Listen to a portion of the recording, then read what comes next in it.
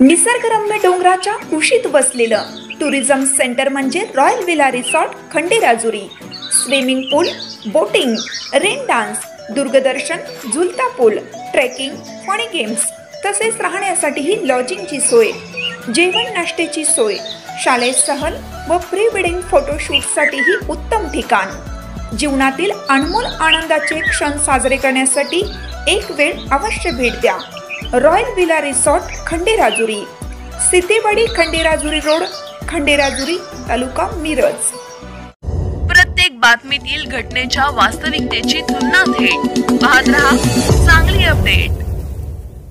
दह्यारी तालुका पलूस येथील शेतकरी दीपक श्रीरंग पाटील व 41 हे औषध फवारणी ट्रॅक्टर घेऊन येत असताना अज्ञात वाहनास बाजू देत असताना ट्रॅक्टर रस्त्याच्या बाजूला असणाऱ्या ओढ्यात पलटी झाला। त्यामध्ये दीपक पाटील यांचा दुर्दैवी मृत्यू झाला। शनिवारी दिनांक 27 रोजी सायंकाळी 4 वाजण्याच्या सुमारास मयत दीपक पाटील हे आपल्या दह्यारी येथील शेतात औषध फवारणी करून औषध फवारणीचा ट्रॅक्टर घेऊन शेतातून बाहेर पडले। त्यावेळी कृष्णा कॅनॉल दह्यारी ते जुने घोगाव या रस्त्यावरून येत असताना एका अज्ञात वाहनास बाजू देत असताना दीपक पाटील यांच्यासह ट्रॅक्टर रस्त्याच्या बाजूला असणाऱ्या ओढ्यात पलटी झाला। पाटील हे ट्रॅक्टर खाली सापडले, तसेच ओढ्यात पाणी होतं।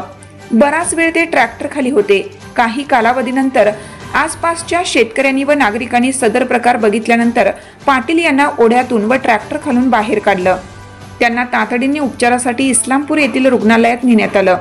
मात्र काल रविवारी रात्री 8 वाजता डॉक्टरांनी मृत घोषित केले। दीपक पाटील हे दह्यारी येथील एक तरुण व कष्टाळू शेतकरी द्राक्ष बागायतदार होते। त्यांच्या मागे आई, पत्नी, मुलगा, मुलगी, भाऊ असा परिवार आहे।